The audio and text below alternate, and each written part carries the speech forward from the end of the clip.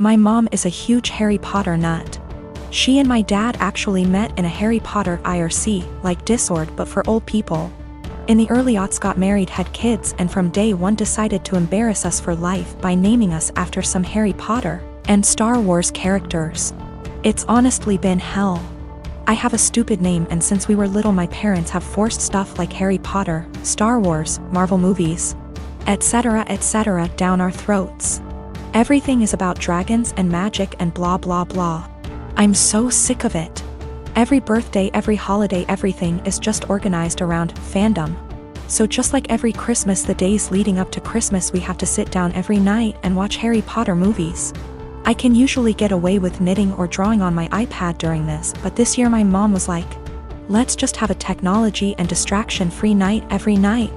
I arranged to go over to my friend Missy's house instead for like 2 nights. Missy's family is normal and likes things a normal amount. My mom got really mad and started talking about how it's a family tradition and how I'm basically rejecting her, and went on her whole thing about how you wouldn't exist if it wasn't for Harry Potter. I finally had it and just yelled, I don't like Harry Potter. I don't like Star Wars. I couldn't help it. I started crying because I was just so frustrated, because everything always has to be about Harry Potter, this, Star Wars, that, and now that we're all older they started doing Game of Thrones. Everything is centered around some kind of movie or TV show or book series. Just once is I want my family to band around something that doesn't have to do with media or these nerdy things. We live in Utah where we have like 5 national parks, and even though I ask every year for my birthday, well, my sister called me saying that mom was angry and to just come home and to stop with the theatrics. I told her that I'm sick of having all this old nerd stuff crammed down my throat, and just once I want to have a normal time watching normal Christmas movies and not having to pause for lightsaber battles. I'm in a relationship with a guy who also works in tech. He makes $68K and I make $130K. I am a mechanical engineer at a robotics startup. He works at a more stable job doing programming at a large company. He brought me to meet his friends at a party and they asked me about myself.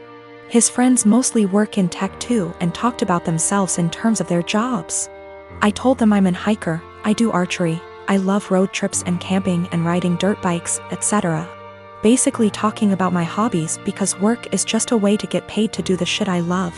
It's not how I define myself, and it doesn't come to mind when someone wants me to tell them about myself. One of his friends asked about work and I said, oh gosh, I don't want to talk about work at a party. Spent my whole day sweating my ass off in 95-degree heat trying to replace this busted ass motor just to find the replacement. I wasn't lying or trying to downplay that I have a good job, that really is how I spent my day. And I wasn't in the mood to talk shop at a party. Some other conversations came up casually that probably also made me seem poorer, like me saying that car dealership repairs were a ripoff, and telling my boyfriend that my childhood neighbor's trailer caught on fire and I was gonna visit and help her out. I wasn't doing it on purpose, I was literally just talking about my life, but I guess I gave the impression I was poorer. It got later in the night, everyone was getting drunker, and some of his friends, not close ones though, were making jokes about me growing up in a trailer and being a gold digger, and being ready to jump to a richer guy. Really misogynistic shit honestly, since they don't even know me and seemed to just assume all girls are good diggers. He didn't say anything. He later said it was because he'd smoked weed and gets quiet and has trouble carrying on a quick conversation when he's high. But regardless, I felt hurt he didn't say anything. I got irritated with his friends and asked, now why the hell would you say that when I make twice what he does? His friends went quiet for a second and I continued, there ain't no gold to dig here, not with him or anyone at this party.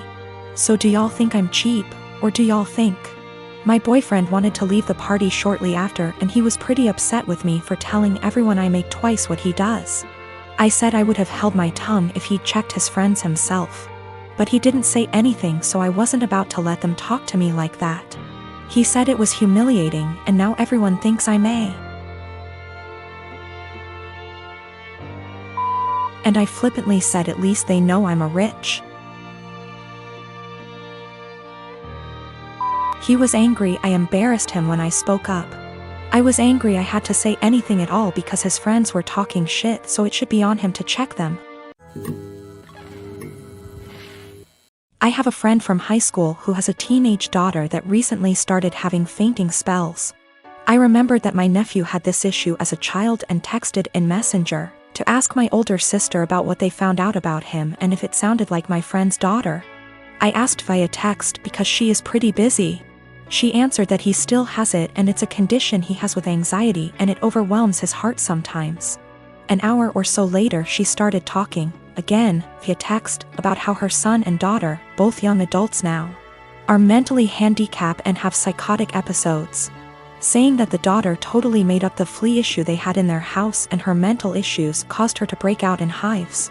This made me confused as I've been with her kids and even took my niece on vacation with us so she could ride the slides with my husband. Not my thing anymore, and she was perfectly fine. Well, an hour later my sister texted me saying all of that was not her. After she had told me about her son's anxiety issue, she had went to work and her husband. Yes, her husband had pretended to be her and even Googled all this BS up. I already had issues with her husband. He has lied and has had other issues before. To say I was angry is an understatement. Her husband, who is not her children's father, was bad-mouthing and telling me her kids are mentally unstable. Carl already has a past of being like this to her kids and my sister went along with it. I told her, that was it. I'm done. I went no contact for the past month, although I kept in touch with the kids. She has a younger son, age 15. And he does not get along with her husband, either. I told the elder too what he had said so they had a heads up. My sister defended him initially but apologized 2 days ago. I told her that her husband needs to apologize for himself, though. He is a grown man. Until then my kids and husband will not be attending anything outside of holidays at my mom's house, their neighbors. My mom can visit or I can visit her, but my kids will have nothing to do with her husband. Even after the apology, he will not be family to me or mine. He is deeply homophobic, drunk every time we visit, and racist. He is the reason my sister is not someone I want to raising my kids if something happened to us. My mom told me I should let it go, because family, but my husband backs me 100%. He claims he thought I knew it was him because they share a FB account. He was looking at other women's accounts and talking to them. So my sister insisted they share an account so he would not do that. Even if it were him not pretending to be my sister, he was spreading lies about two people I care for deeply. I and my husband tried for 5 years to get pregnant. Testing eventually revealed I have eggs of steel and without medical help I'll never get pregnant. So that's what we did. Gave our samples, 1 petri dish and 9 months later I have 2 beautiful fraternal twin boys.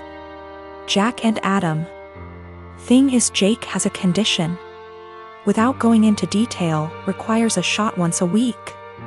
Once he is older he can take pills.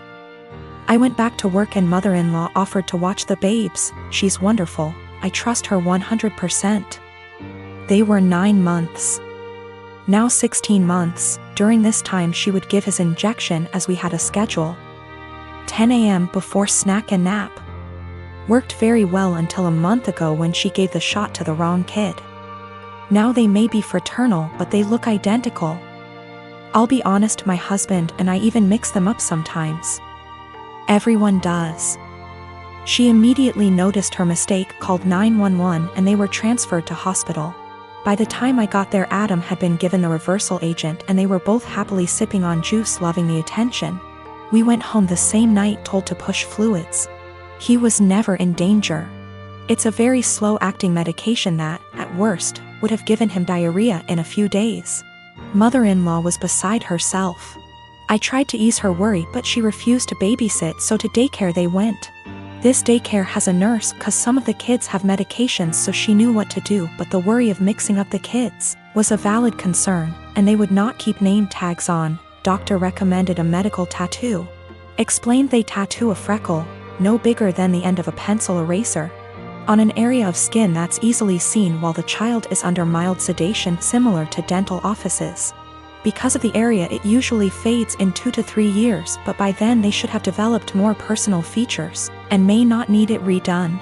So after discussion with my husband we did it. He has a 2 mm brown freckle on his earlobe. From entering the office to leaving it took 30 minutes. Never felt a thing. Mother-in-law lost her shit the second I mentioned a medical tattoo. I tried to explain, but she just freaked out, so I put both kids on the floor and told her to pick up Jack and find the tattoo. She picked up Adam, so I handed her Jack, and after 20 minutes still couldn't find it. Stripped him to his skivvies. I finally pointed it out and she went, "That's just a freckle," I just said. My point exactly. Adam doesn't have a freckle there. So that's how daycare can tell them apart. She's still pissed and ranting.